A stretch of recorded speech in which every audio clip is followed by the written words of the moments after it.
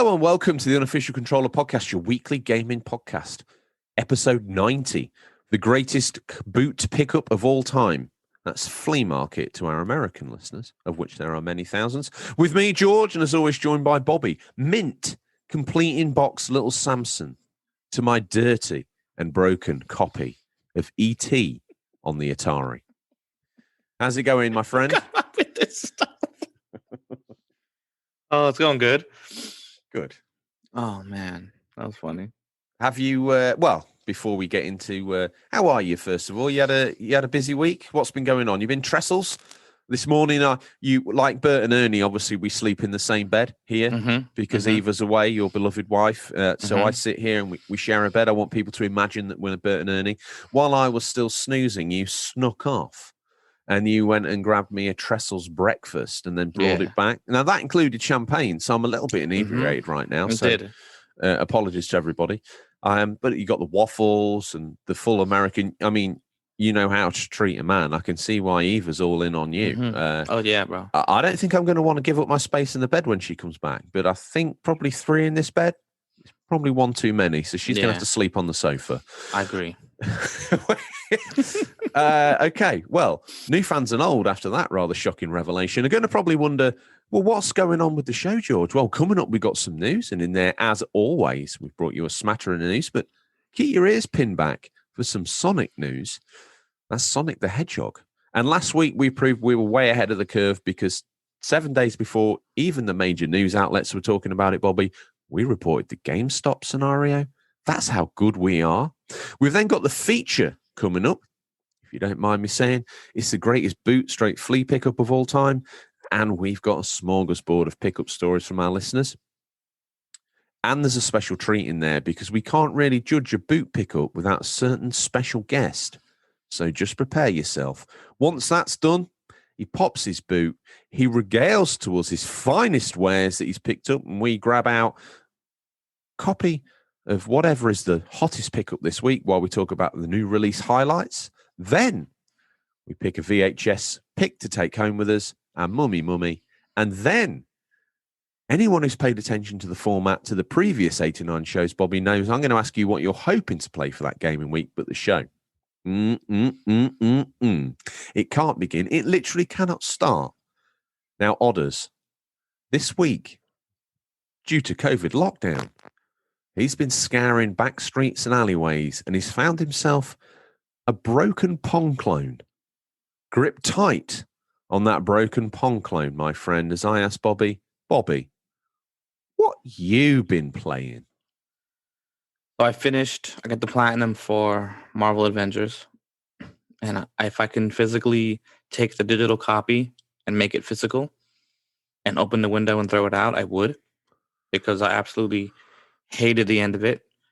But you know what? Whatever is what it is. And I don't even care if they released Hawkeye. Clint. See ya. I don't care. They could release Wolverine. I wouldn't play it again. So that's it for that.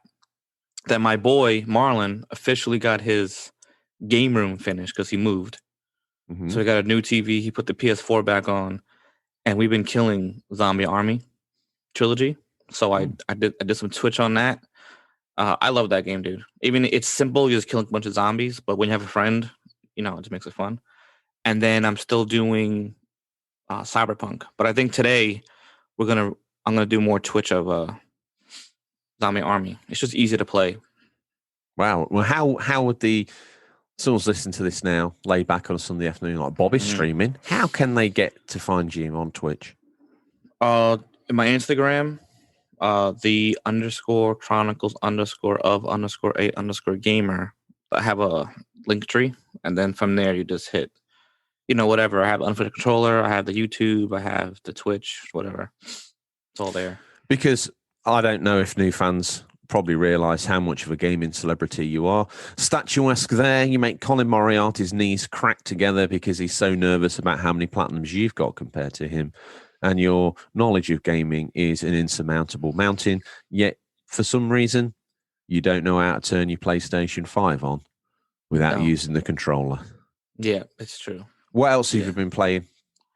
And Cyberpunk, I believe I'm almost near end the game, I guess, because I'm running out of main missions a little bit, Mm. or at least it might pop up, after I complete some more. But I got no more side missions left. I did all the cyber, the cyber psychos done. I romanced River. I don't know what level it was you approached the cyber psychos at, but I stumbled across one quite early on in the game, and it was damn near impossible. Oh, bro, I got wrecked, so I came back because I was way too underpowered. And it said moderate. Okay, well, that's not so bad. Oh no. No, moderate's a very interesting word. Yeah, it is. So I was like, oh no, I was doing what I had to do, and when he got 50% down to his life, he kind of healed and did other things that I was not prepared for. So, okay. The first one I stumbled across, I kept playing it thinking, well, maybe this is just where the game's like a little bit more difficult. And I managed to get, I don't know, half a centimeter off its life bar, and I was like, oh, right, okay, we're in. I know the strategy. Then, as you say, it healed, and I was like, yeah. Oh, no. Oh, no. Did you kill any of them? No. Me neither. The last, I guess, 10%, I had a gun that can, it's not like a non-lethal gun. So I used that for the last 10% just to make sure I don't kill them. Because I think you can still kill them if you keep shooting them. But once they go down, then you don't touch them. They just, get knocked out. That's what you wanted to do anyway. So I did that. I did all the River. I believe all the River's storyline. I did all the Pan Am's storyline. So you've done the mission with Pan Am in the cave? Yes. Did you die? No. Oh. And I even tried to die, but I think I had too much life for this mission. My armor is crazy. It's like almost 1,000 armor I have. Oh, I went through it very early doors. Yeah, so I did all that, and now I think I'm on the first or the second side mission of Judy. So, and then I just did some of the main story because there's really nothing left now. So maybe next week or something. I'll finish it. I don't know. If the way I'm playing it now, it feels like next week. But if not next week, definitely 2 weeks for sure, because I can't believe there's much left. No. Okay. Anything else? What about you? No, that's it for me, really. Okay, me. I'll tell you what I've been.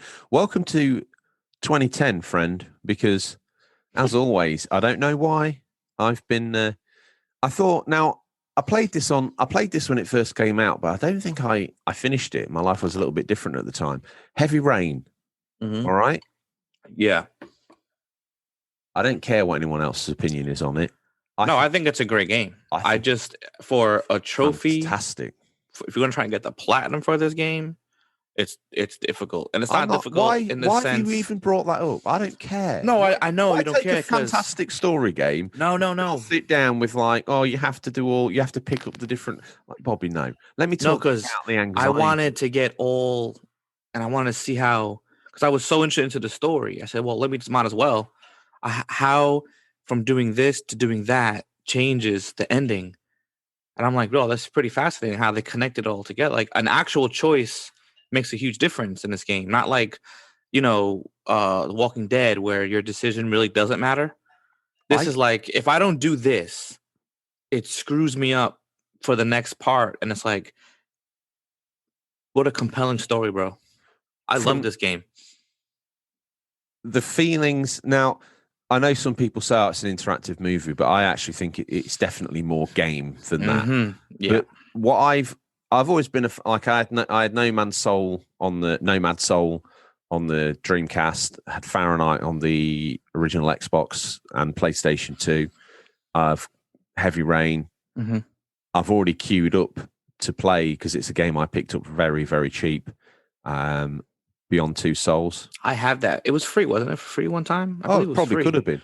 Yeah. But Heavy Rain, the way the controls work, make me feel more grounded in the universe. Yeah. Like cracking an egg or applying a bandage or, very gently, treating someone's wounds or rocking a baby and feeding it the milk or putting it in the milk warmer or, just little actions that make you all of a sudden feel very grounded in the universe. And I think Heavy Rain is a perfect game for a casual gamer to play because it's easy to pick up. But one thing I would say, it created a high, and Fahrenheit used to do this as well, a really high level of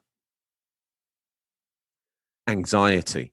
You know, when things, because there's a section in it where Madison, on the trail of the origami killer, ends up in this sort of illegal prescription doctor's house. Mm-hmm. And I made some choices, ended up with me. I didn't drink the drink, much to his frustration. And then he came back and he knocked me out. And you wake up on the table and he's going to do a myriad of evil things to you that we can't really go through on a PG show. But it getting free and dodging the different attacks he was coming at you with, like my heart was in my mouth, because you also feel for these characters. Like I've read a few at the time professional critical reviews of the game, and they said it starts slowly. And I think the fact that it starts slowly actually draws you in far deeper. If it had been very bam, bam, bam from the get-go, I don't think that would have been as good. It lets you learn the controls are very alien to. Yeah, I mean, well, look at the beginning of the game. The first thing he does, takes a shower and get dressed, hang out with his kid. Yeah. You already feel for this guy immediately.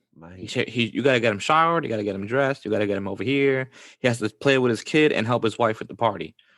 Boom. I'm in this guy's world now. I tell you, the only frustrations that led to me was that I don't know whether it's because it's like an old pad that I've got now or whatever, but sometimes when I did some of the 6-axis movements, like I moved it, but maybe I didn't move it too quick, or maybe I didn't move it too far. And some of the buttons, like there's a section where the origami killer tells you to go to this power station. Fine. Navigated the glass tunnel, easy. Got to the bit where I needed to walk through the wires. Now, I did get stuck on a couple of them because the first one you get to, it's like, oh, okay, I must just have to go through this one. But some of them are off and some of them are on. But I went through some of them and it was like, I didn't like grip the button or move the controller properly enough and it zapped me. And then I got more than however many zaps and he walks through the coward door and I'm like, I've literally got one wire now to get through to get to the end. And you're telling me he quits. It's like there was some minor frustrations in that regard, but the storytelling was fantastic. I love the FBI agent. That's very sort of Twin Peaks. The acting is fantastic. The way when he sort of bam and he's in his virtual room and the butler's like, you probably ought not to go too over the top on the Novocaine or whatever it's called, the Nova Trip or whatever it is. You better not have any more of that, sir. And I thought that was awesome. But what annoyed me again with him was there was times where you could have took the Nova Trip or whatever it's called, and I didn't realize that the button prompt on screen was take the Nova Trip. I thought that was like, okay, let's move over here to do something else. And he ends up nailing it. And I'm like, oh no, I don't want you to have it. I want you not to have it. So there's one section where he's in a hotel room and I think he's trying to move towards the bathroom.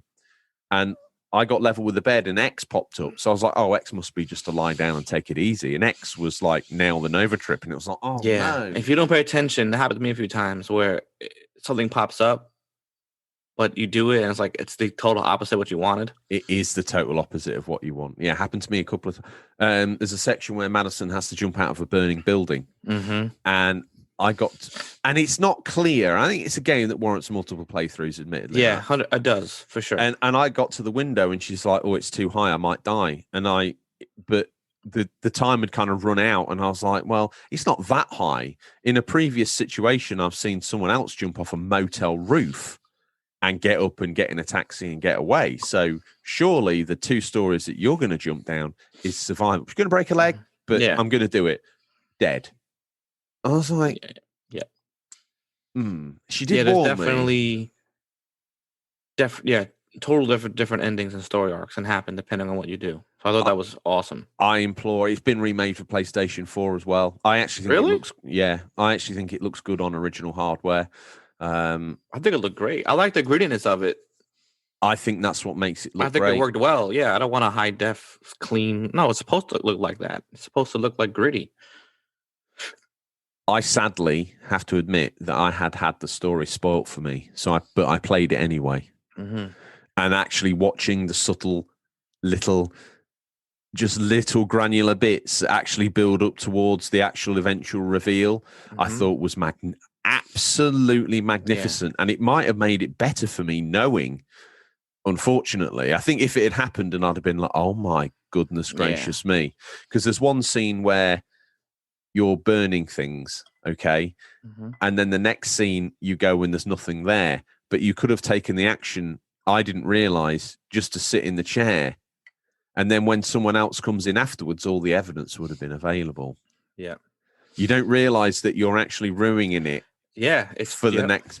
You kind of sit there and you're like, well, the investigation's over. Burn, burn, burn. I'm done. And then, boom, it's like, oh, no.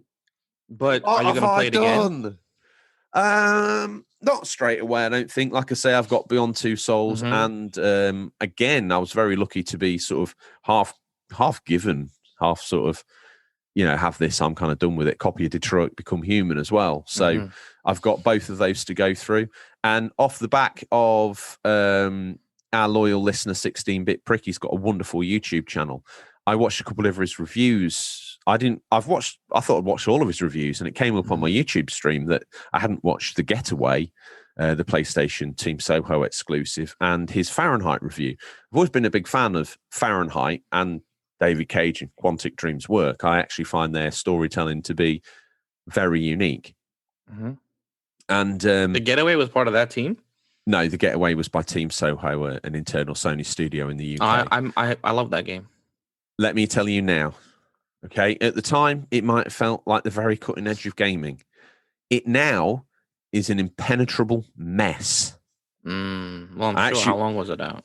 I think it was like 2002 or something. It maybe came out from memory, and it still looks okay. It started up, and I was like, "This is better than I remember." I've got the PlayStation 2 hooked up high def. It should be great. And the car controls are a bit sort of wonky. I was like, okay, well, that's not so bad. And then you get out of the car and you go through this warehouse in London, and the gun controls are just. There's been so many similar games where things have happened where you expect it to be in the game, like you expect maybe there to be a lock on or maybe you be able to walk and run, walk and use your gun. No, you can't. So with all that known and you can't unlearn, it feels very antiquated. I might still kind of struggle on with it, but to be honest with you, it was very, very frustrating. It's kind of at the crossover point between old style and new style game, which was a little frustrating. But he did a wonderful review of Fahrenheit, again, a game that I think still stands the test of time. I've actually got on pre-order, though it's been delayed, the PS4 Remake Physical Edition. So I'm excited to get my hands on that again. I'll definitely check it out because I like to watch YouTube when I eat lunch.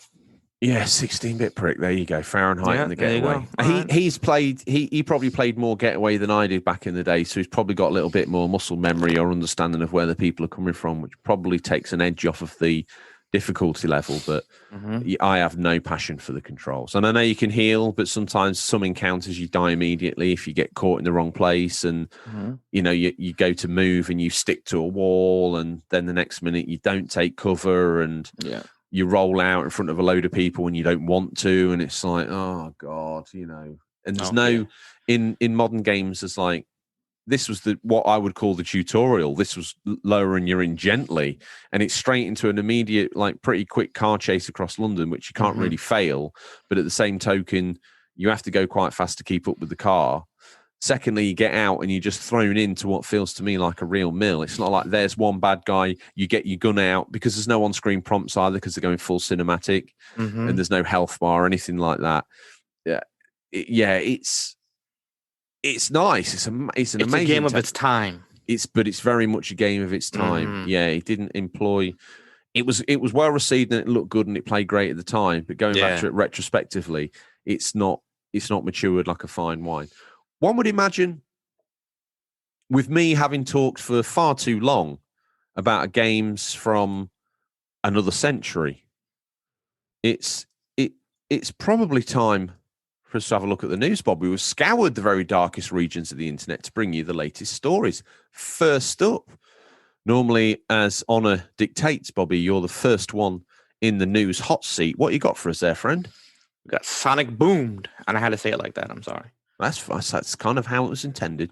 I only can say it like that. And I just say that randomly in my house sometimes too, and Eva gets mad.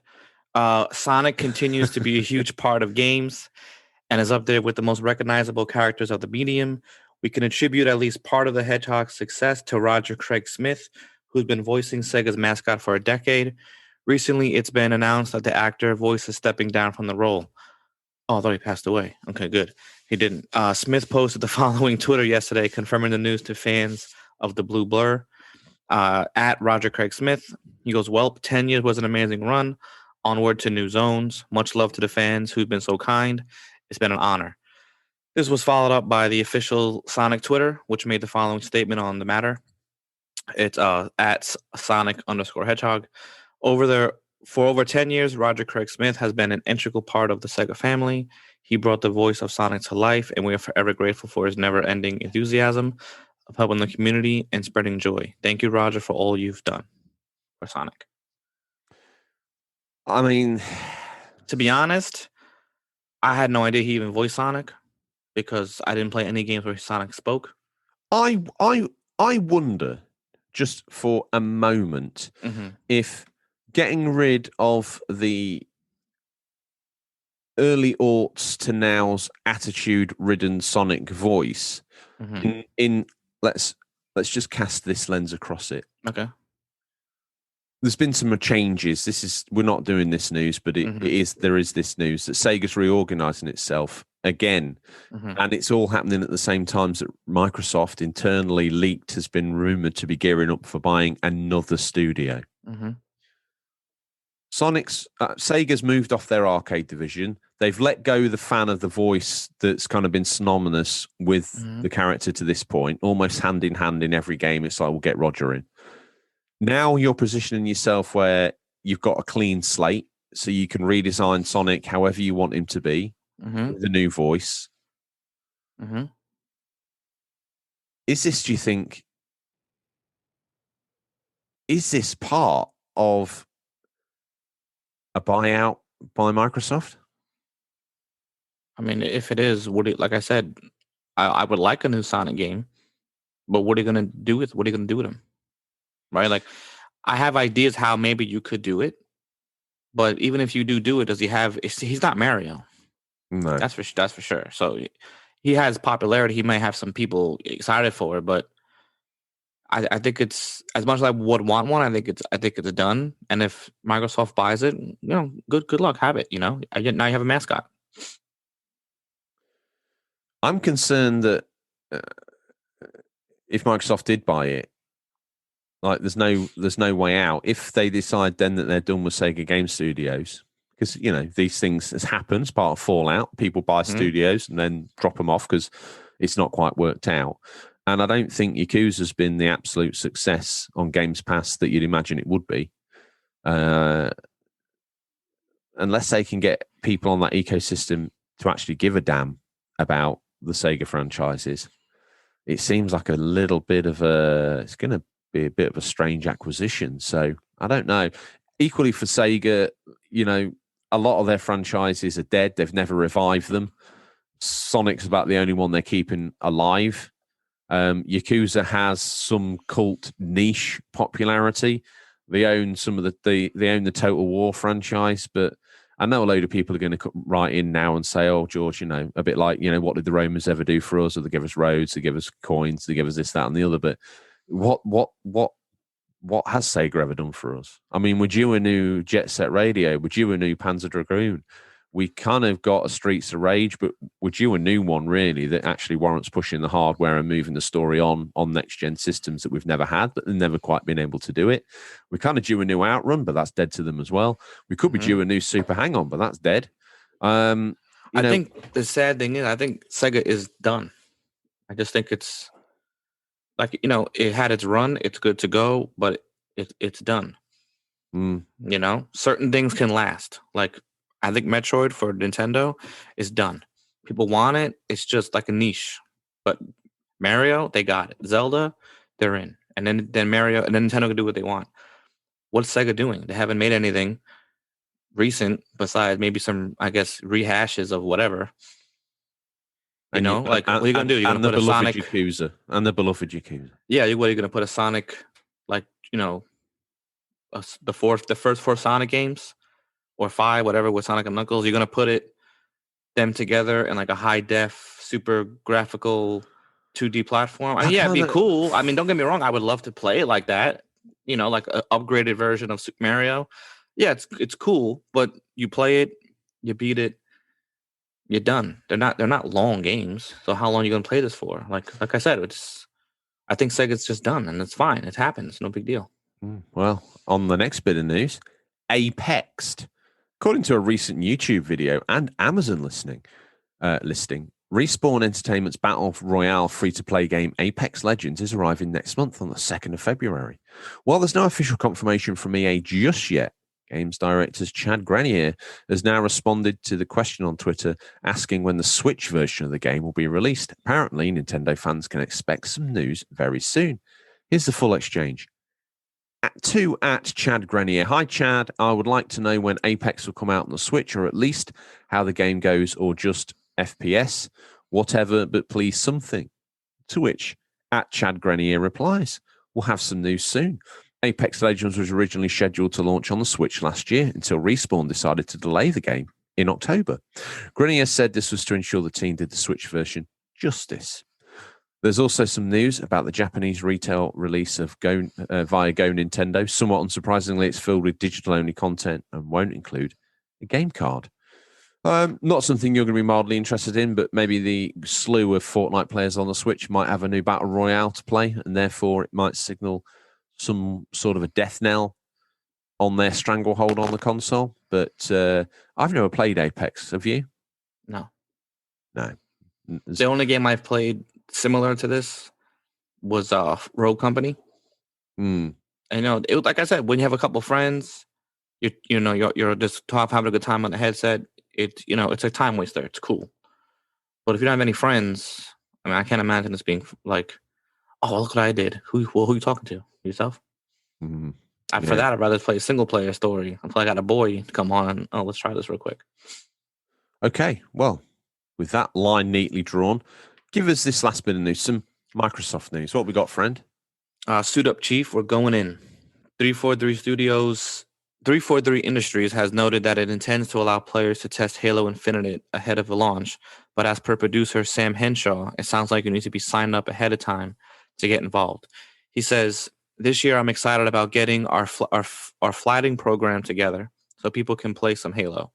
We started spinning up more eternal flighting, getting our builds to where we want them and working on our delivery process. Of course, part of the excitement comes from knowing that this is all building towards public flighting later this year. And if people are excited as I am about the prospect, they should probably opt in to the Halo Insider program and make sure their profiles and contact information are all up to date. So now you can make sure you're all ready to go later this year. As noted above, all you need to do is head over to Halo Insider website and either sign up for the first time or log into your account. If you're already a member, we advise checking over your profile and making sure your details, such as your email, are still correct. Keep in mind that being part of the Halo Insider program doesn't necessarily mean you'll get picked for early access play sessions, but there will be hopefully multiple chances to get involved in testing Halo Infinite later in the year. Pretty cool, right? Obviously going into some form of beta.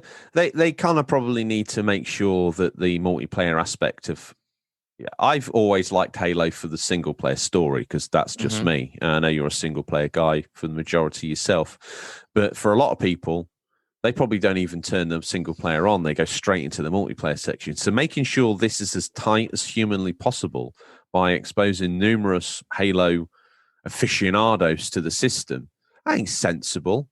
And also, there's two schools of thought here. It either makes it special because you're kind of involved in making it something, or it takes the shine off. So when you finally get to it, you've already played the wheels off of it. It's like opening your Christmas presents before Christmas, isn't it? It's like, well, it's like Retro Gamer Thomas playing his Wonder Boy on his Master System, whatever it was. Played the wheels off of it, and then at Christmas, it's like, yeah, I'm not that interested in this game anymore. So thanks for that, Maripar, but I'm done. So yeah, thoughts on that? Oh, it's cool to be part of beta. It's not bad. I was part of the For Honor beta. That's pretty cool. Mm. And then you might get like a special thing that only you can get because you're a part of it. You know, like a I don't know, what do you call it? Like a cosmetic. Yeah. Something like that. So that's pretty cool. I remember when I played Halo with my friends, Halo 1 and 2. We did the co-op story together, and then we had people over. We did the 4-player split screen on Friday night. So those are cool. But I don't think you have a split screen no more. I think it's all just online now, right? Yeah, of course it is. Yeah. So it's going to be totally different. Yeah, it's a shame. I suppose the question on everybody's lips is, did we miss anything? And let's face it, guys, we so missed out on some chunky news. But that's what we do. We report the niche stuff. Well, we try to be cutting edge, but we dress it up as niche so we can get away with mediocrity. Do you have an opinion or take on the news we missed? If so, Bobby, how would the collected, and at this point, thousands get in contact with us and let us know that, I don't know, what outrageous opinion have I had today? That Sega's actually got more franchises than you could possibly imagine that are still alive and kicking, and it shows how old you are that you're still waiting for a new Outrun Super Hang-On game, George. You're way behind the scenes. How could they get in touch and let me know that I've been sipping too hard on the Kool-Aid this week, Bobby? You can contact us on Instagram or Twitter at Unofficial Controller Podcast. They can hit us up on email, which is questions@unofficialcontrollerpodcast.com. Or they can even join the Discord, which you can find in the link in Instagram, in the bio. Not forgetting that if you want to join the Discord and you're a good egg on the Discord, once a month we award a community prize to the best contributor or upholder of the Unofficial Controller Podcast vision, standards, etiquette. They win a mug. A UC mug. Doesn't really get any better than that, does it? No, it does and not. also, question. Surely, to ask a question of a show of this magnitude, surely, to be in the Discord of a show of this magnitude, we're going to ask money. How much does it cost to get involved with the Unofficial Controller Podcast? Well, you get that five-finger discount, which is basically free. It's free. Let's confirm. It is completely free. Free. I'm insane. El Buccio's a rampant Mexican drug lord who's too busy on the Colombian marching powder to actually have a clue what's going on with some of his side businesses, which are basically used as an official money laundering scheme. That's half the reason why it's free.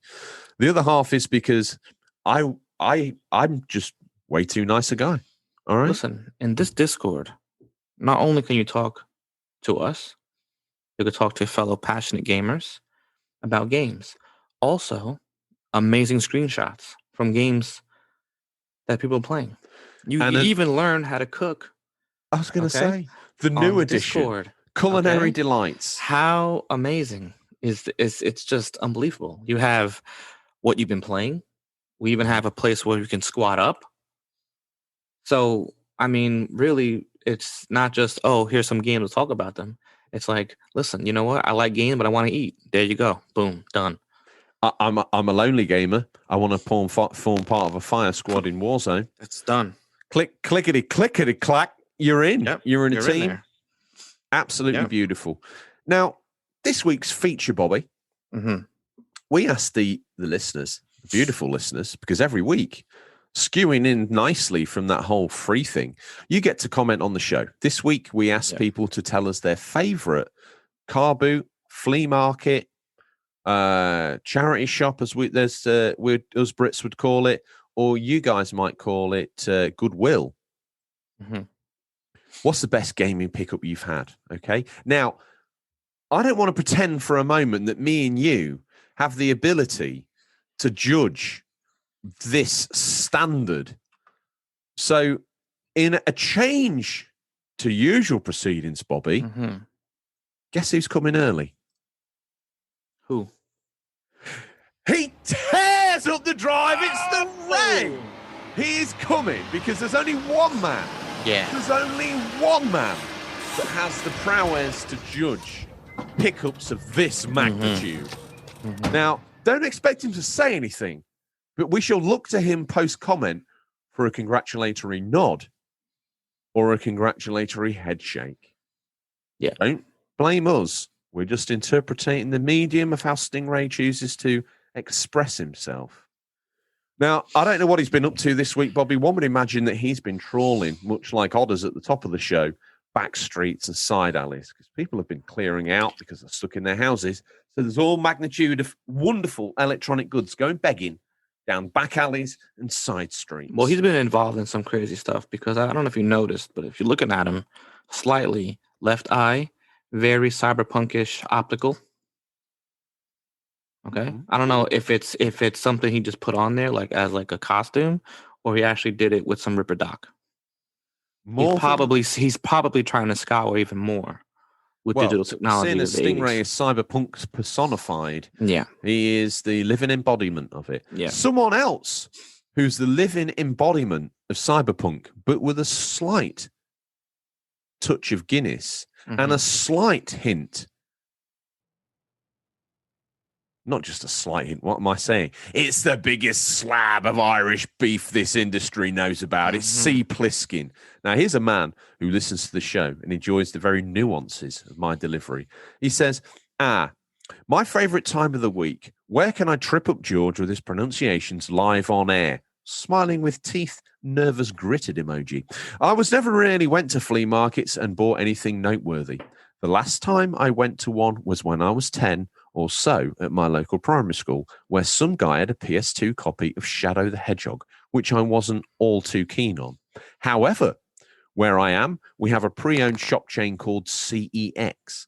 I've used their services a lot, particularly when I was 16, building my Blu-ray collection with films like Raimi's Spider-Man trilogy and Once, an Irish rom-com set in Dublin City, which I live near. Won Best Original Song at the Oscars in 2008, and who also I met the star of when I was 14 when he visited my secondary school.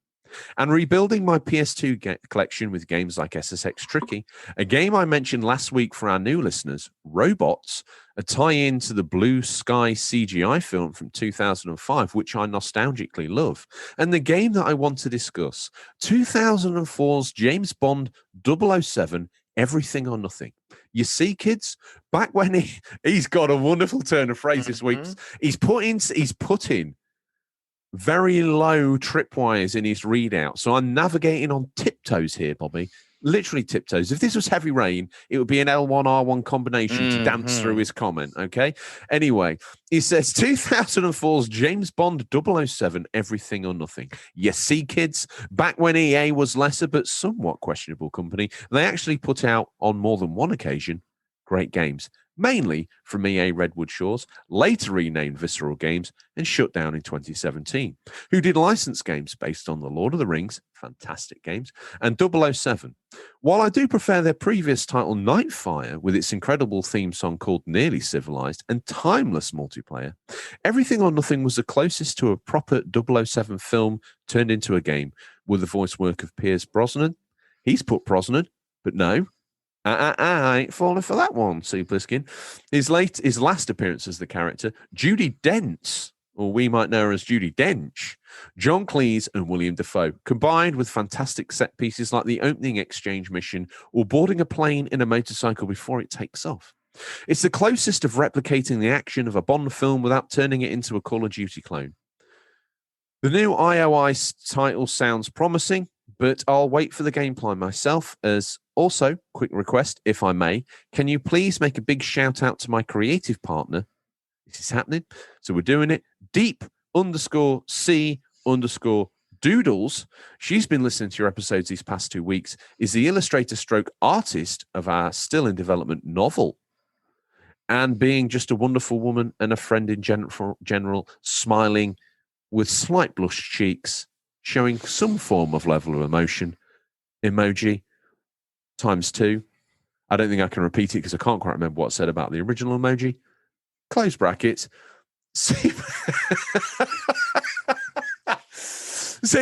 Pliskin, I said when I saw this land on the Instagram, quite possibly the most succinct comment ever written.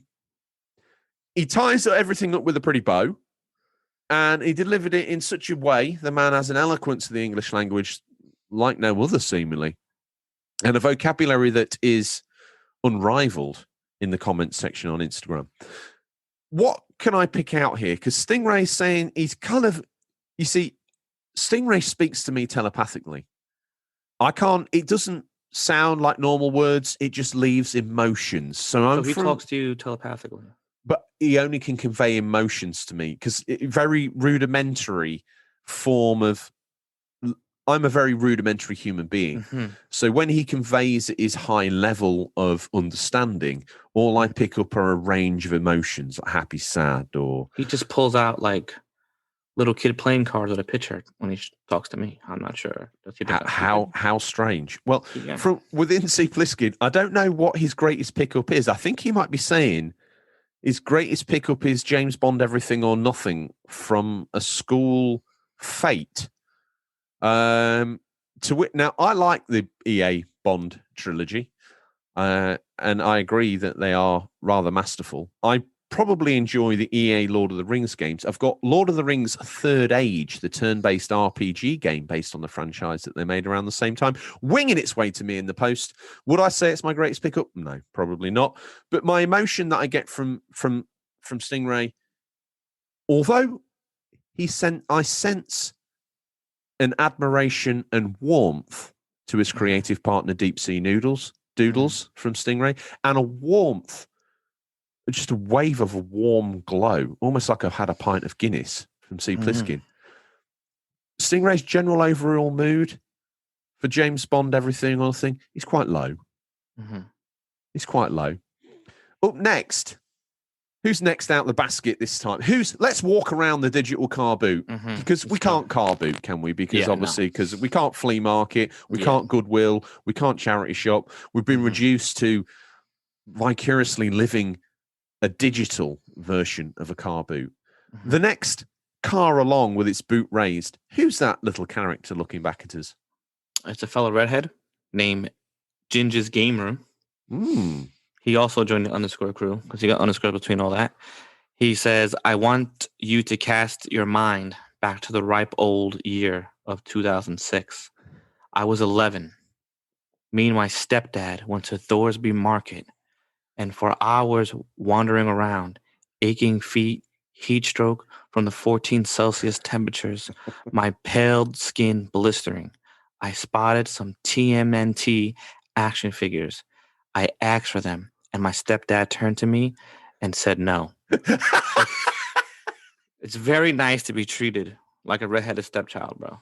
And I know his pain. I know his pain.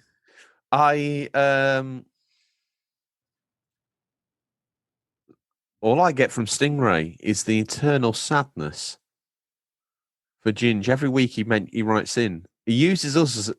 back in the day, in the early run, Roast Space Monk used to use us as a cathartic way of confessing some of his naughty boy actions or some of his gaming sins. I think Ginge is now using the channel really as a way of some sort of deep level counselling for his abused childhood. Yeah, I feel for him. Stingray just questions. There is no pickup there. Yeah, he just pulled up a question mark on a card. I get the emotion that Stingray's wondering why Ginge exists, a little bit like Ginger's stepfather. Yeah, I'm just kidding. I'm curious if let's just say we had a special guest. Yeah, how would he convey his thoughts to the other parent? It's amazing. I'm amazed, bro.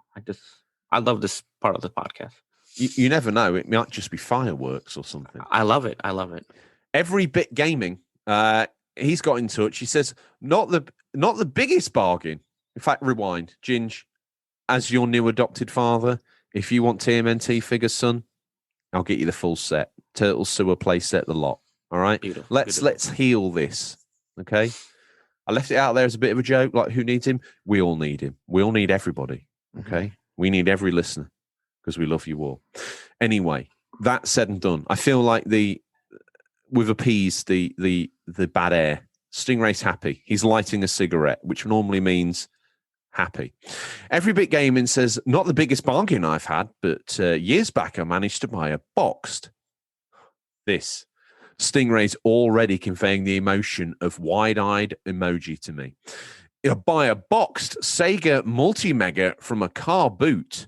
As I got to the stall, someone else had it in their hand. I later found out he thought it was a Saturn. When he asked the guy how much, he said 140 quid and he scoffed and put it down. I swung in and picked it up and had to do a bank transfer in the middle of the field to secure it. I tell you now, driving home to hope it worked was a twitchy experience. It did, though, no problems at all. Result. Right now, Stingray has conveyed the emotion of levitating 3 foot above the ground while spinning around with strange virtual light show emanating from his left toe on his right foot. I would say that's an early win. Who's next out the boot? The man you displaced to become the co-host of the greatest gaming podcast on planet Earth, or at least a tribute. Who is he it? He writes Tommy UK 73. He writes this pic heart emoji. That must be him from his cell, yearning for the days when he could shackle-free wander around a car boot. He's basically writing this in with a Nokia. He says, my memories of a burner phone. Yeah, in the back of the bathroom in one of those loose tiles. He says, my memories of car boots with my grandparents is always wonderful to think back on. More toys than gaming back then. My greatest secondhand pickup has to be my Dreamcast with Shimnu 1, boxed, virtual tennis, MSR, and an extra controller, all for £20. My local game station. What a bargain. Did I say that right? Yeah, that is phenomenal deal. Beautiful. I tell you one thing, though. Stingray has crashed to the floor from Every Bit Gaming's revelation. He's looked at me. If he could convey to me sadness, he would. And what I feel like is expressing to me the feeling of being cheated upon, because he's questioning why Tom didn't buy the fake Dreamcast and the big box of copied games that he had for £20 from the back of the Nissan Bluebird. Next up, continuing the theme of the Dreamcast, I think you need to do, because the Italian Stallion has arrived on the scene. Yeah. Okay, I got you. We got RY__stars, like the Resident Evil franchise. S.T.A.R.S.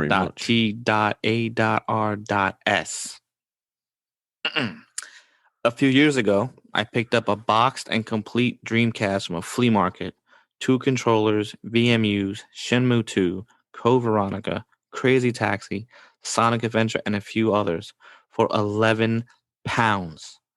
A few years later, I needed another video cable for the same Dreamcast. Cost exactly the same, just for its own cable. Yeah. Stingray has got up, and I don't know why, but I'm being conveyed the emotion of popcorn. I like to interpret this as a happy feeling. Up next, the walking pepperoni stick. We know him as Banner Binks to retro gaming. He says,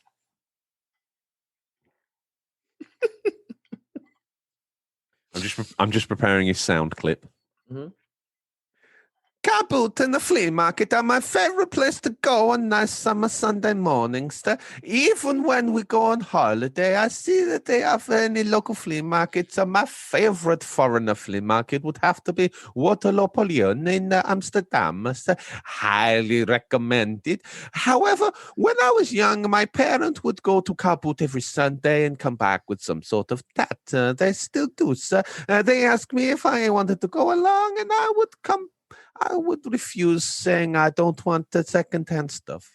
How wrong was I, sir? As a child, I never understood why they'd go to a car boot. If you can go to a shop and you can buy that stuff. Now I wish I would have have semi-complete SNES collection, sir. And as the odd few times I go, I used to see it at the SNES games for like a peanuts, for nothing, for nada. And I think I was going to buy them when the PS2 is out. So it's a very uneducated child. So as an adult, I tend to go every Sunday. Now our favorite is Borum in Chelmsford. So my new adopted home, away from the beloved Naples. We have a Lithuanian store that sells deer meats. I don't know why I go on the side ramble about the deer meats, but I'm telling you, I always walk past trying to get free samples. I've been quite lucky at the car boots. The biggest profit I ever made was when I bought a Venusaur and a Blastoise and a Charizard, sir. Then a Pokemon card, see, you'll see, from an older lady for 50p each. I sold them on eBay for a night of profit, sir. I've been able to top up my PS2 collection for as late at car boots too, just before the lockdown, so I managed to pick up both Blood Rain, sir, and its rather underwhelming sequel, sir, Blood Rain 2, yes, for 50p each, sir. I still do not know why I mentioned to you the deer meat, sir, but everybody stand up for the... I've done the emojis in a different order this time, sir, just to keep you guessing, sir. So everybody stand up for the national anthem, sir, for the Italian national anthem, sir, the very best of the national anthems, sir, available across the globe, sir.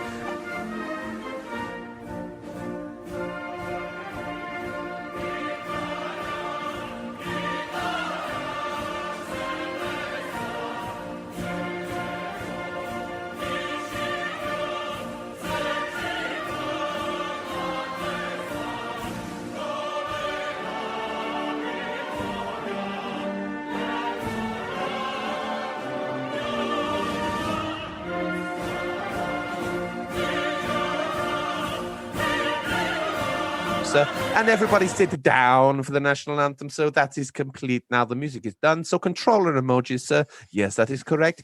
Emoji of controller emoji, sir. This is the generic controller emoji, sir. And the trophy, sir. Trophy, sir. Emoji. Look at it now, sir. Yes, that is the sign of a winner, sir. I am a winner. You're a winner, sir. My comment is very highbrow.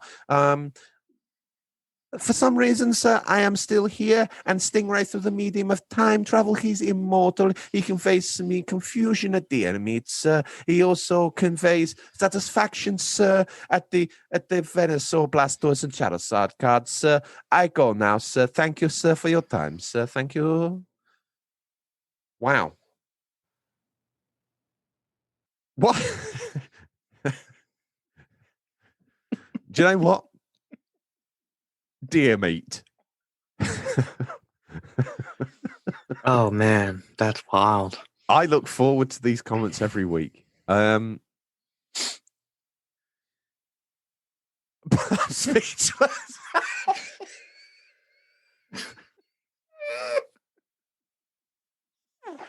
Yeah, I got up this morning and I was like, oh, do you know what? Even though you've been out and you bought me this breakfast, I don't know if I can get revved up for the show. But once you get in the show... That's it. You're in it to win it now. You're in it.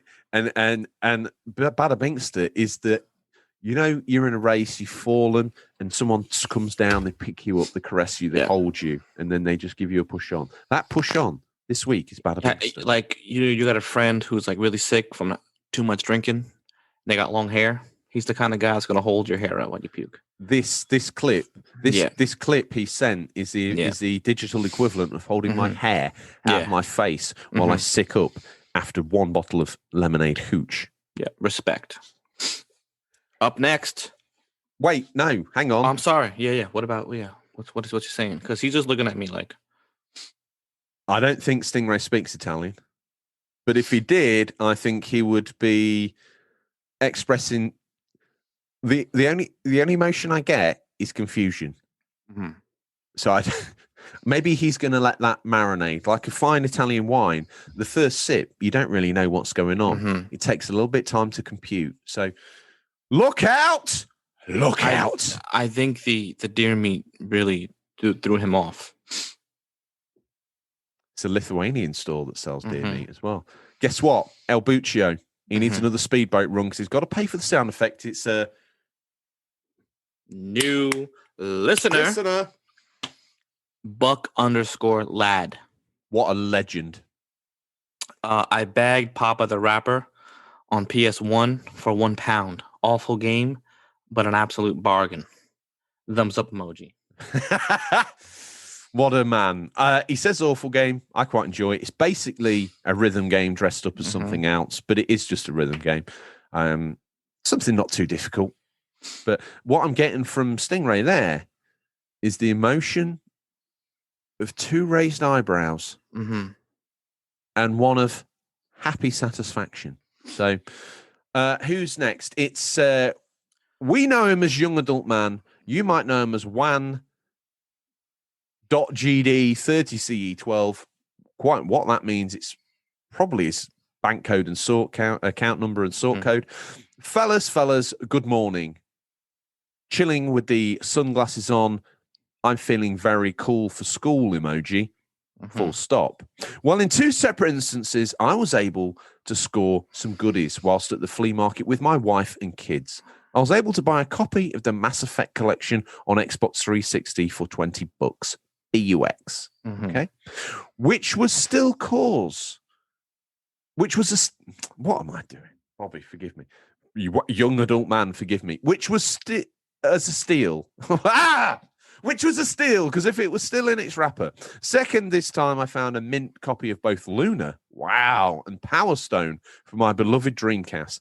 The lady literally didn't care. I grabbed both games as soon as I seen them and said, I'll give you $30. She said, deal. Boy, was I happy. Side story. I remember this one kid at school saw me playing Mega Man on GBC, and he told me he'd trade me for $1 and a red starburst. That's how he said it.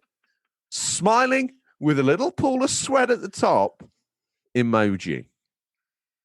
Yeah, that kid was wild. If he's going to trade that for a red starburst, bro, you got to throw some pink ones in there. What's wrong with this kid? Give you $1 and a red starburst. I'd buy that for $1. I'd buy that for a starburst. Someone turn that into a soundbite and deliver it back to us. Someone with technical skill. I'm looking at you, Finster. I'm looking at you, Boba Loba. Who's next? Oh, look out. El Buccio set off another speedboat run because we've got a new listener. Ace _ in your face 23. Not the first in your face, but the 23rd. Well, I imagine it more like Michael Jordan dunking on you. That's the image I saw when I read it. Oh, okay. Yeah. My greatest flea pickup was actually not games, unfortunately. But I do recall buying 80s movies on VHS. Weird Science, Breakfast Club, Haha in Spanish, which is Jaja as you would read it. Or that one time I traded a Game Boy Color and some games for a GBA and Pokemon. It was like in the 7th grade. I was so pumped. Stingrays has expressed to me that he didn't. Stingrays, like, relatively satisfied with a young adult man's comment, but he has intense admiration for the kid with the $1 and the red starburst. He asks me if that was him. I said, I don't know. He also says that he likes the sound of people picking up VHSs because it's his medium of choice. So Ace in Your Face 23 has given him a warm glow, like a hot drink on a very cold day. That's the feeling I got for that. Up next, Danny Plays. Wonderful lady. Find her on Instagram. Always supporting the show. Always doing a bit. Here she says, this reminiscing is making my heart hurt. Can't tell you how much I'm missing the boot sale. It's hard to choose a best pickup because sometimes it's a single item. Sometimes the day is just amazingly collectively. I'll go with my N64 and GameCube pickup, 3 boxed mint complete N64 games and 4 mint GameCube games. £30, aka $30, aka, in the words of our great man, $30. Hands up, exalted emoji. Miss those days. End of story. Now, Stingray puts this on an emotional, equidistant level as the kid with the red starburst and Every Bit Gaming's Wonder Mega or whatever it was. Up next, the man who needs no introduction. His name's Retro Gamer Thomas. I wonder if you should voice him. We got RGT. He goes, car boots were a regular Sunday morning activity for us when we can go out. And quite regularly, I would pick up games, normally PS1, 2, 3, Xbox, or Xbox 360, very occasionally. I would be able to pick up the odd cartridge game for Spectrum tape. I wouldn't say I've ever really had a cheap gem, basically because I don't get out there early enough. A mate of mine used to get there early and used to pick up all manner of retro gaming goodness.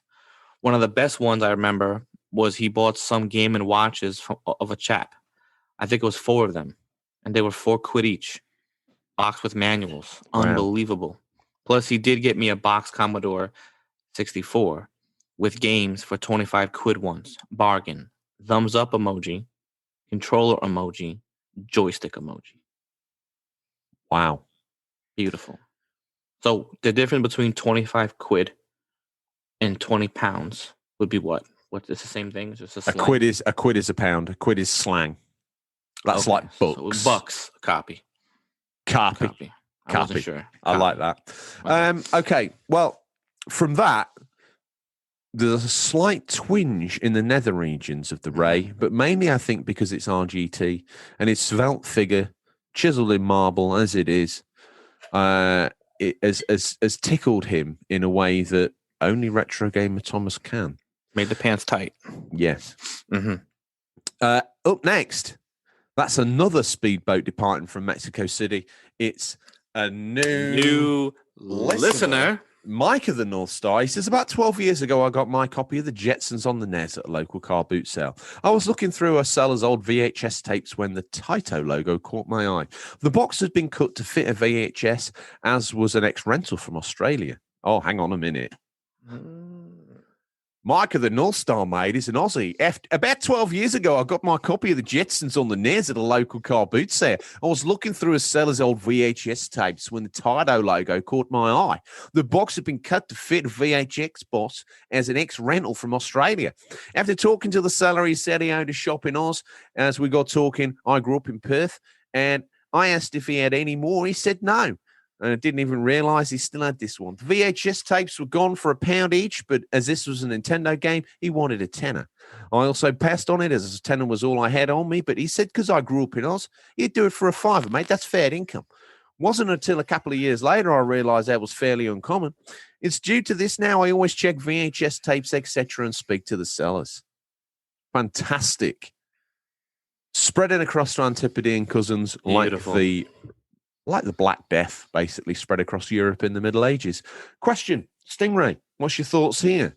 Stingrays hung upside down like a bat. I choose to imagine that's the only way you can interpret an Australian's comment. He says to me he expresses great satisfaction, and he sent me a very strange mental image of a duck-billed platypus riding a swan. Interesting. Now, Stingray, I have to wonder, which do you think is the greatest listener pickup of all? No. Who was the greatest deal maker that we've talked about today? Do you know who he said? He said, it's not every bit gaming. No, it's not Danny Plays, nor is it Young Adult Man. He communicates to me that the man he has most respect for in this listener's special best boot flea pickup of all time is the $1 Red Starburst kid. For him, he is the exalted winner of this week's best boot pickup of all time. Where have we found ourselves? It's episode 90. It's the lull before the peak for episode 100. And we found ourselves awarding a prize to a nameless child who wants to trade $1 and a Red Starburst. When Stingray gets in the feature, all hell breaks loose. One wonders now, we can either do, and I'm going to let you steer the show at this point, we can either roll this into one big boot fest and do a hashtag Stingrays boot, unscripted, totally out of nowhere. This wasn't planned. Or we can go straight to the main man's boot himself. What would you like to do? Would you like to continue this boot on, or would you like to sidle into the big man's boot? Let's continue. Okay. So, to all those that listened this week, we obviously, for our comment of the week, we ask everyone to mention in what their best boot pickup of all time is. But we do have a concurrent theme on the Discord. You can post up your pickups, whatever they are, gaming, if it's a Pop Funko or whatever. Also, which we will then immediately react to, because that's one of the perks of the Discord, you can stick stuff under our nose and we shall bark obediently like trained dogs. Or if you want to get lost in the maelstrom a little bit, every now and then we read out pickups that you've tagged hashtag Stingrays boot on Instagram. It's not been that long since we did one, but we shall rifle through and pick out the best ones that we can find this week in what can only be themed as a smorgasbord of boot activity. So if we go to Instagram live and type in #StingraysBoot, if you want to play along, you can do. Also, if you get a pickup, you can also do the same. Forgive me, I am old, so therefore I cannot do multiple things at once. Stingrays boot, you click recent, boom. Who've we got? Oh, it's a me, sir. You thought that you hadn't had enough of deer meat in the main section of the show, sir. So I send you a picture of my espresso, sir, and a picture of Tony Montana from a Scarface, a Pop Funko, sir. #Stingrays boot, sir. I like that. Thank you for the picture. I like it. I presume that was a pickup. I want to judge his background. What's that in the background? I like his plugs. I like his tiles. I like his crups. Up next, a man who needs no introduction is Ozcat.tv. He's got his steelbook of 8 Mile, and he's also got a Pop Funko of Marshall Mathers, a.k.a. Slim Shady, a.k.a. B Rabbit, seemingly. Mm-hmm. He's also brought up a trifecta of Scott Pilgrim versus the World steelbooks. He's not just got one. He's not just got two. He's got the Holy Trinity, 3. And he brandishes them there like playing cards at Texas Hold'em. Wonderful. Who's next? We got the barber who games, who's not a barber. He has a copy of Persona.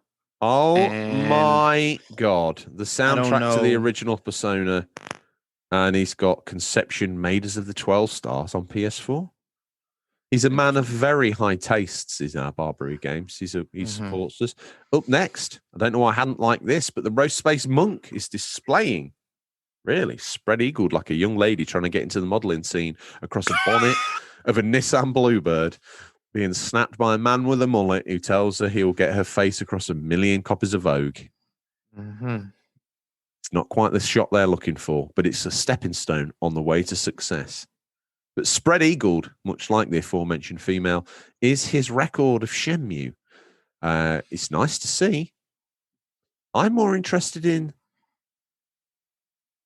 that nice-looking little Scrabble of their names, one would imagine, arranged in a picture frame. Mm-hmm. Beautiful.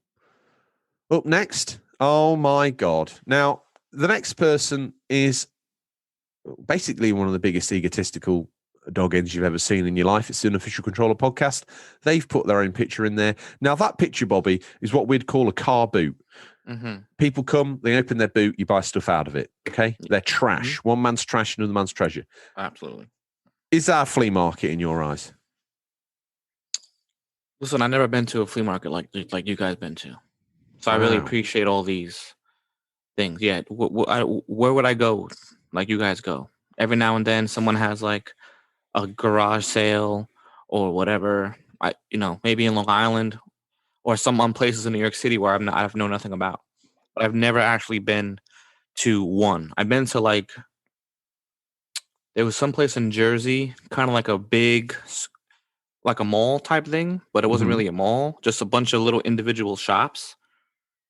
And they would sell, random things in there, but it wasn't just games. And I remember looking for, let's go see if I get some games.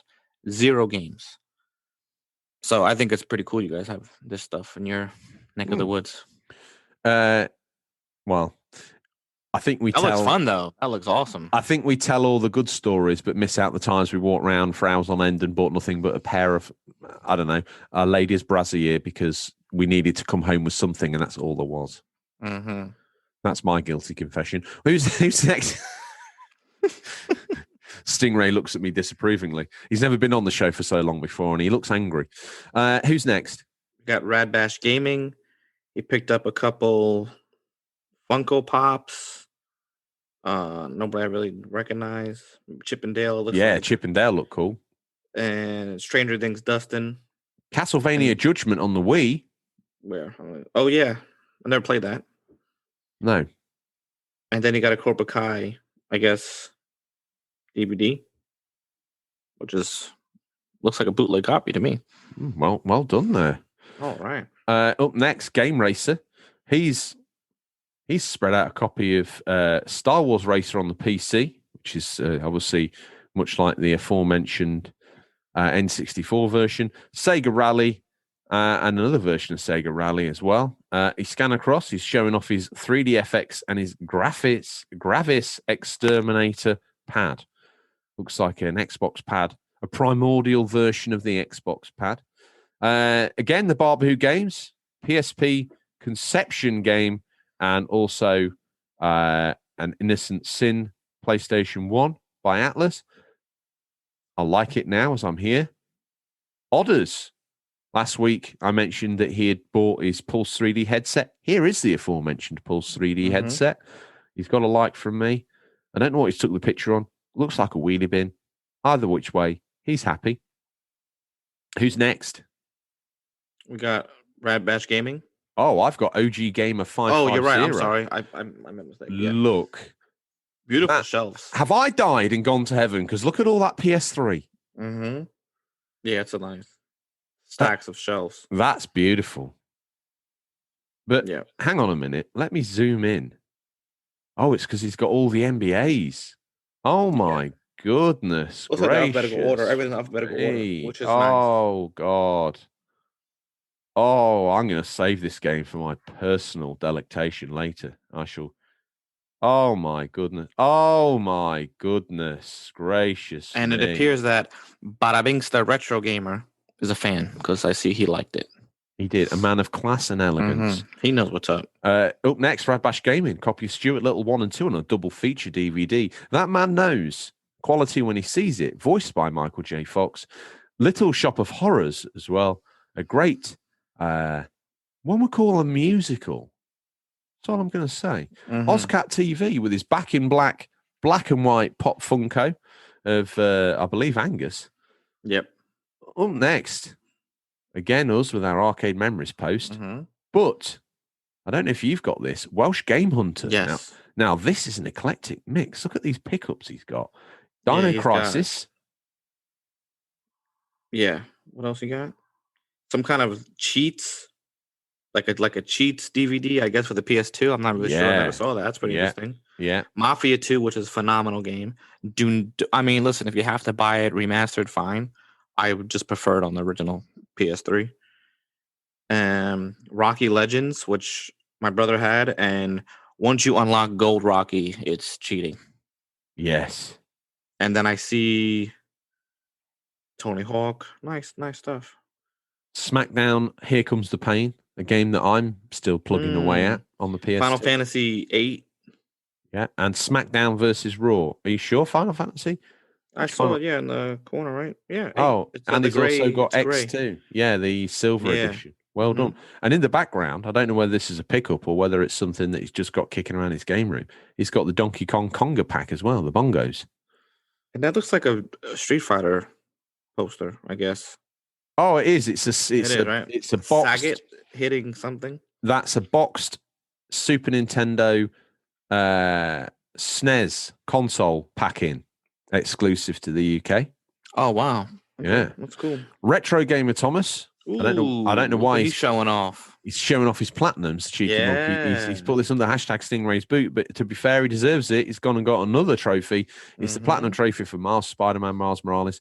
I thought, that was going to be one on the pile that I would have that he wouldn't have. But he's determined to smash me into the ground like a primordial bug, just trying to crawl out of the soup, just get crushed by a T-Rex on his way to murder another Velociraptor. Ozcat with Vincent Vega. He's also got Ozcat at this point is deciding to show us his 3D Doritos. Fair play. And La La Land, amongst other things. You need to wear glasses to eat them? I think 3D glasses? I don't think they're actually a crisp unless you wear the glasses. Yeah, that makes sense. I like that. I didn't know he could do this, but much like the Italian masters, the artists, it's Bada Binks doing retro gaming, so he can do drawing now, sir, as well. Look at me, as I spent a week trying to draw Count Nefaria. What I would say about that is, what are your thoughts, sir, on the Italian villain? I like the collar. I think that's fire. I'm actually well happy with his artistic work there. You know what it looks like? I love the way it looks like the old 80s comics. Yeah. That style is dope. I think it's great. I like the shading. And I'm going to have to go off and research Count the Faria. Maybe this is an Italian side genre I didn't know about. So he's an Italian villain, comic villain. Yeah, I know. Fantastic. I didn't know about beautiful. that. So I mean, what a better way to perfect my Italian than reading Italian comic. You know, I've often thought about that. You know, when you're a kid in the UK or America, you get these books, don't you, that are very easy to read, like very simple words, like I had a ball, I had a cat, I had a dog. But when you try to learn another language as an adult, they throw you in at the deep end, like, can ask for a bottle of wine. Like, oh my God, you know, why can't I get hold of kids' books in Italian that's I had a bat, I had a dog, that'd be super I had helpful. A ball.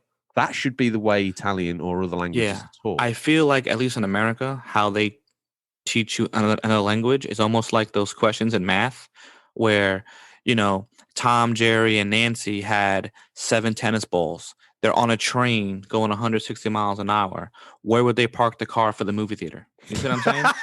Yes, exactly that. Like, wow. Like, bro, how can I learn anything? How you just described that?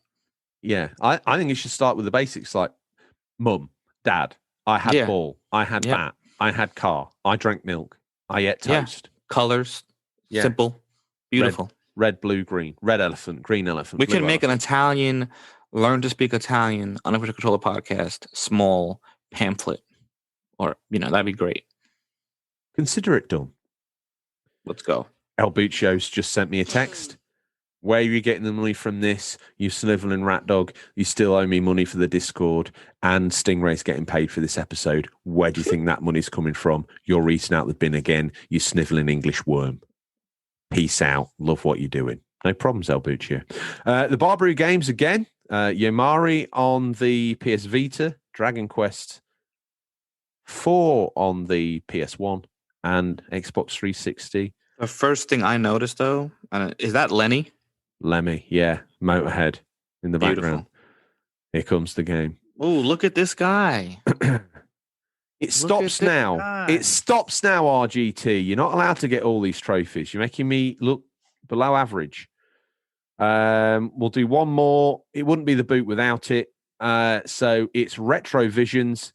He's got his 265th and 266th games of his 290 title dream for his Atari 800 collection. I normally call them Nick Combs. They're not Nick Combs. I said one more. We'll do 2 more because Retro Gamer Thomas has got the platinum for the Order 1886. I hated that. I missed 2 collectibles on my playthrough. 2. I mean, you can get it again. It's a half-hour game. Just go for it, dude. Rock it out. It's not a half-hour game. All right, it's an hour. Sorry. No, it's 4 hours. If you skip the cutscenes, it's an hour. It's not an hour. It's an hour. It's 4 hours of gameplay. Last one. This is what I think is cool. I've never seen this before. Sega Junkie? No, like this. Looks like I've never seen. I know Commodore 64, but I've never seen one. Well, here's a tape cassette of Lethal Weapon, the Hit Squad version on tape. Sega Junkie sent in. I would say. Why does it say Commodore 64? What is that? What is that? I don't understand. That's a C64. It's a cassette tape? Yeah, you load it on the cassette tape. And it has visuals? Yeah, it loads, like a CD holds game code. Back in the day, cassette tapes held game code. And the console had a tape deck that was plugged into it, and you typed to run on the screen, and you press play on the tape, and it would play a sequence of beeps and sort of squeaks, and they would be interpreted as 1s and 0s or game code. So run in those days, it would have been in BASIC, so it would have been like 10 print line 1 and all that sort of drivel. Wow. And then that sort of does all that. The loading, Grand Theft Auto Vice City, when it starts up, you put it in the console and it's like you hear the clackety clack of a keyboard and it types like run Vice City on the screen. Yeah. And then all the that front bit where it says run XYZ on the screen stays there, and then there's all the colours dancing around the side of the screen. That was done because that's how Commodore 64s loaded games back in the day. And because that game was set in the 80s, they did it as a throwback. It was completely lost on you. 100%. But now you know a little bit more. Oh, wow. You're almost dangerous, Bobby. Every episode, dude, I learn something, and I appreciate that. You're going to have a whole new understanding of Vice City now. I wonder how many people that passed by who just didn't know. Probably, listen, and my friend had, well, it couldn't have been a Commodore 64. He had some other, he had a Spectrum. That's what he had. Wow. So I've never seen a Commodore 64 ever in person. And I'm an old time dude. So I'm like, wow, that's pretty cool. Well, because I'm feeling semi-nostalgic, I'm going to give Retro Gamer Thomas, he, much like me, is an aficionado of limited editions. I get them when they're £1. He probably gets them when they're new, but he's picked up a copy of Owlboy for the PlayStation 4 from PlayAsia. With that, one would imagine that's the hashtag Stingrays boot done. If you want to be involved in that, you can either pop them on the Discord, or if you want to get your readout on air. The thing is, if you put them on the Discord, me or Bobby will pop by and go, wow. You might even see the unofficial controller album art, which is my way of signifying very cool underneath. Or we'll comment. That happens there. If you want to potentially get a readout on air, I can't guarantee every single one of them's going to get on air, but a good helping will if you want to. You put hashtag Stingrays boot under your pickup, and that's how you get in the Listeners Stingray. It doesn't happen all the time, but every now and then it does. And it felt only right and proper to do it now. So this virtual car boot we've been in has just extended a little bit further. Now, he's already here, and we're cheap. So we've already used the sound effect. It's time for a peek in what we affectionately call Stingray's boot. What's nestled between a counterfeit nappy and a dodgy copy of Battlefriend all this week? These are the new release highlights for the week, January 25th to January 31st, 2021. Listeners, these are out on digital or physical, or will be by the time the podcast in your feed, but could be region dependent. Stingray's expressed to me a lack of patience, and also you better goddamn now well buy something, or I will kill both of you. Have you picked a mummy out of this smorgasbord? He's got quite a lot this week. It's been a little bit lacking, but he's picking up games at a pace.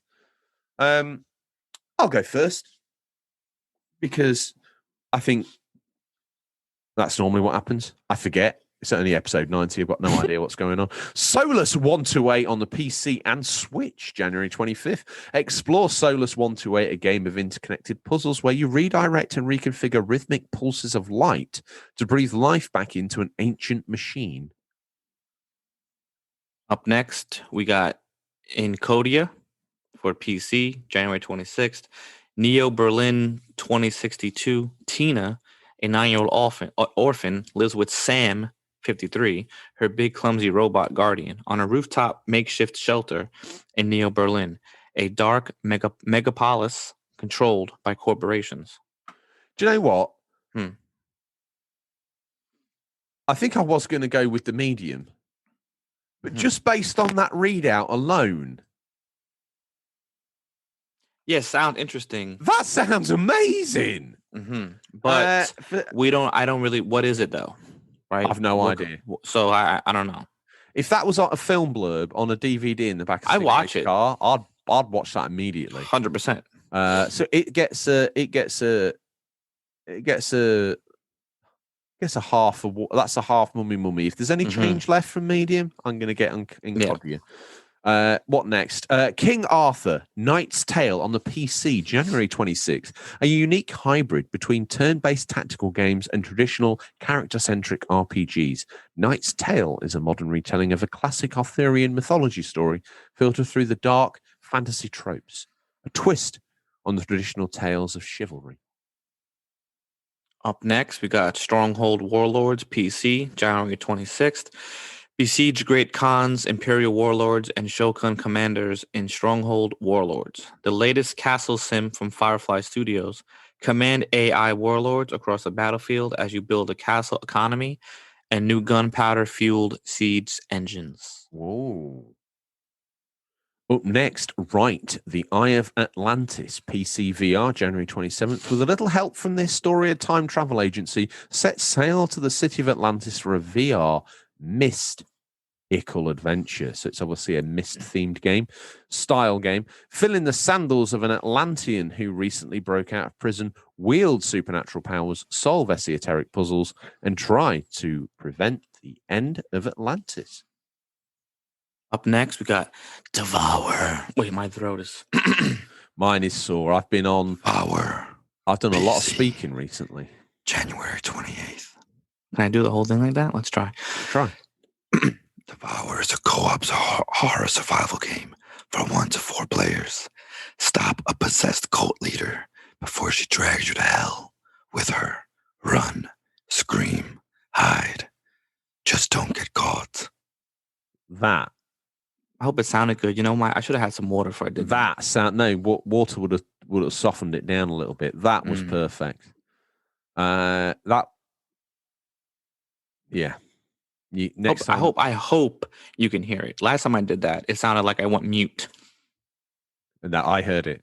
Okay. Up next, Disjunction on the PC, PS4, Xbox One, and Switch, January 28th. Disjunction is a cyberpunk stealth action RPG set in the dystopian underworld of 2048, New York. Experience a reactive, intertwining story of 3 playable characters working to uncover unfortunate truths that will change the fate of their city forever.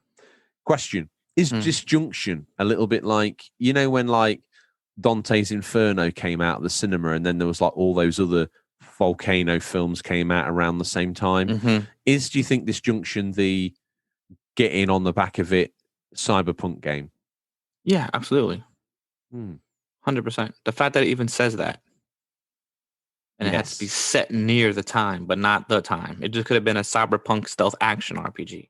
You had to put it in 2048. You know? That's just me. This is my mommy right here. I've been waiting for this game for a while. The PC. Oh boy. The Medium on PC, Series X, and I believe Series S, January 28th. Discover a dark mystery only a medium can solve. Travel to an abandoned communist resort and use your unique psychic abilities to uncover its deeply disturbing secrets, solve dual reality puzzles, survive encounters with sinister spirits, and explore 2 realities at the same time. Sounds good. And that's going down well on the Discord. The Xbox community seem to be lapping that up like a starving cat at a bowl of milk. So one would imagine that's... to be fair, they needed an exclusive because I don't think they really got one at launch, did they, the Xbox players? So this is the kind of thing, if you got a Series X, you were kind of like, need a game. And bam, they delivered. Perfect. And it's been well received, critically as well. So fantastic. Up next, Monstrum 2 on the PC, January 28th. Monstrum 2 is a survival horror game for 2 to 5 players, set inside the procedurally generated sea labyrinth, Sparrowlock. Join a team of prisoners evading terrors within whilst figuring out how to escape, or become one of the deadly monstrosities whose only goal is to hunt them down. Up next, we got Sword of the Necromancer for PC, PS4, Xbox One, and Switch, January 28th. Help Tama save Koku using powers of Forbidden Sword of the Necromancer. Turn your foes into allies and reach the depths of the Necromancer's dungeon. Defeat the Guardians to gain enough soul power to bring Koku back from the dead, no matter the cost. Now, I don't know about this game, but I saw Coco, and that was a phenomenal movie. Very sad, but beautiful. Is that anime? Well, it's like, you know, the computer-generated animation. Yeah. Yes. Very cute. Touhou, PC, PS4, Xbox One, Switch, and the world's best console. Forget your PlayStations, forget your Xboxes, park them for a minute, bro. Put your Sega Tender Switches down for a moment and listen up, because the Stadia, I'm expecting something from them. It's not come, but the greatest console on planet Earth. If you want to play the best cutting-edge visuals on any platform, anywhere, any day of the week, it pays the bills. It's the Google Stadia, January 28th. Experience a brand new adventure game set amongst a world of weird and wonderful fish planets. Yeah, you heard that right. fish planets. If the Stadia needed a game, it was this one. Explore a beautiful environment, solve intricate puzzles, and discover the truth about a mysterious little girl and her mechanical alter ego, Cubus. What the hell have you brought us this week, Stingray? Yeah, that's wild. Up next, Bonkies. PC, PS4, Xbox One, and Switch, January 29th. Bonkies is a jolly couch co-op party game filled with a pinch of construction building. Gather your primates, equip your banana-fueled jetpack and robo-arm, and raise wacky buildings all over the cosmos for the glory of ape kind. Become the champion of space construction. Now, when I first read that, that was the last thing I thought about reading an ape. Yeah. So as I read that, I was reading it as I was surprised every word after primates. Yeah, you Threw me off, really. very strange concept, but every week at least we haven't had a roguelike. Yeah, so that's fine. That's fine. Gods Will Fall, PC, PS4, Xbox One, Switch, and the aforementioned greatest console of all time, the Stadia, January 29th. The gods' torturous role over humanity has lasted for millennia. Bent on cruelty and suffering, they demand to be served with blind worship through an oath of fealty pledged from every man, woman, and child. To those who don't submit to the gods' will, a slow and merciless death awaits. Up next, we got The Pedestrian for Now- PS4. Now, Oh. this has seen releases on other formats as well, but this has got, if there's any change left after that other game, if there's any change left after that other Xbox game, I'm putting it down on the Pedestrian. Really? Yeah, it's quite cool. So we got The Pedestrian PS4, January 29th.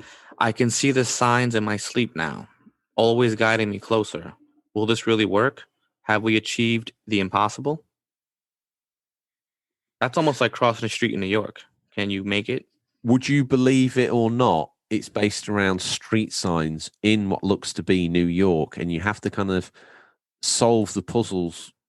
You need to go check it out. It's a strange concept. I think it's on PC. It might even already be on Xbox. I'm not sure, but it's made its way to the PS4. I'll check it. It might be a PS4 console exclusive. I'm not sure. I don't think it is, but it's definitely worth looking at. Up next, the very last thing in the boot, scrambling around here under the back spare wheel cover, is a copy of Turrican Flashback on the PS4 and Switch, January 29th. The legendary Turrican series is back. Experience 4 classic action games in this trailblazing collection with huge levels, outstanding music, and modernized controls. This is the ultimate retro game experience. Discover all the secrets, rise against the machines, and take part in the 30th anniversary for one of video games' finest moments. Developed by Factor 5, yes. The developers of Lair, most famously, and those Rogue Squadron games. Turrican became one of the greatest action video game series of all time. Heralded around the world for its mix of gigantic boss battles, huge explorative level design, and of course, the unforgettable music score from Chris Hulsbeck. Now, those that really pay any attention, that horn, probably Red Diesel that you heard in the background. Those that paid any attention, they know that once we've picked our mummies and all that, we pick a VHS. So I'm going to pick, last week I picked Firefly. I'm still working through that, so I'm going to ask Stingray graciously if I can have a double bubble rental on that. But I'm also going to pick, to hopefully when I finish Firefly, I shall pick up Serenity, the movie of Firefly, which you mentioned last week, Bobby, but you neglected to realize was the movie of Firefly. This week, I'm taking Serenity. A few moments later. Sorry, I think the lady next door fell. Well, she did fall. I heard her. Is she okay? Yeah, she's fine. But I heard something like drop, and I just had to go check because she fell before. So Okay. held her back up. Yeah, she's okay. Well, I filled eloquently. I might leave all this in because you know what? That's going to keep them guessing, isn't it? Mhm. And we had an on live air fall. Mhm. I might cut some of the weight down from the 20 minutes it was to the 30 seconds just for effect. But I sat here waiting 20 minutes while you administered first aid. She didn't need first aid, but your hands wandered where they shouldn't have been, Bobby. Eva's been away far too long at this point. So I picked Serenity, the film that you didn't realise was the companion to the Firefly series I got last week. I still haven't finished that, so I've asked Lord Stingray for a double bubble pick. What's your VHS, mummy? The Punisher with Perfect. Dolph Lundgren. Perfect.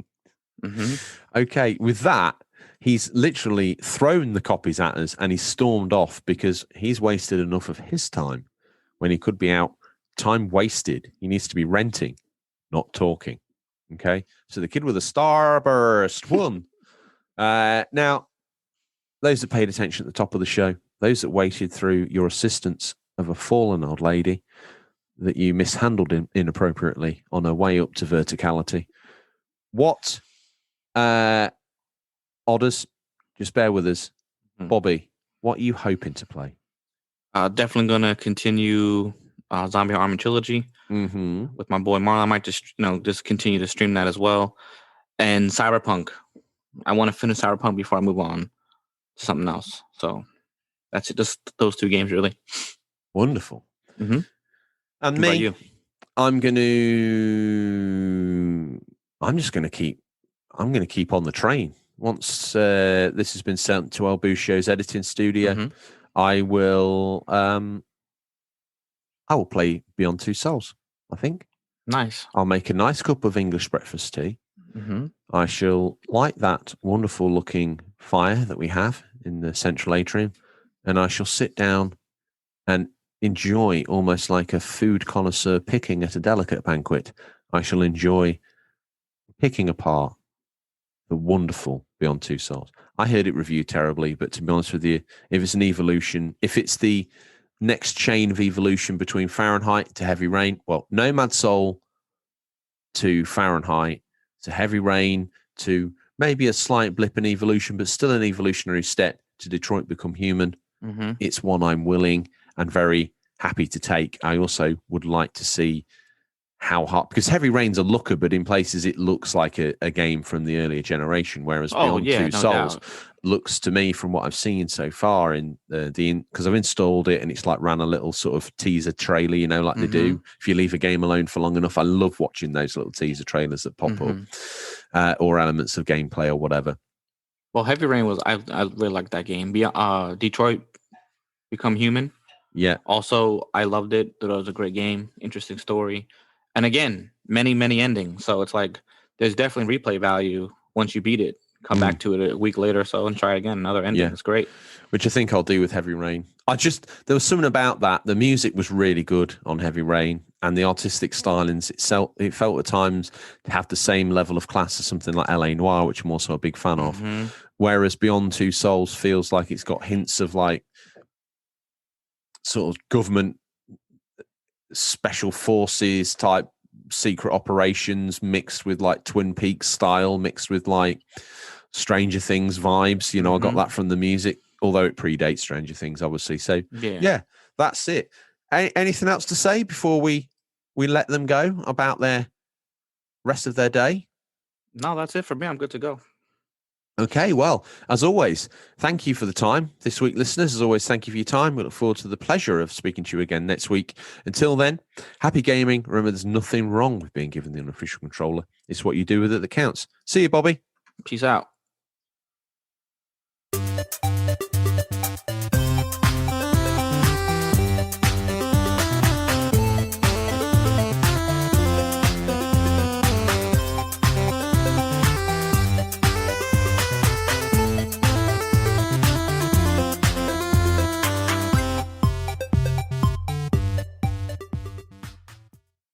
Hi, it's George here from the Unofficial Controller podcast.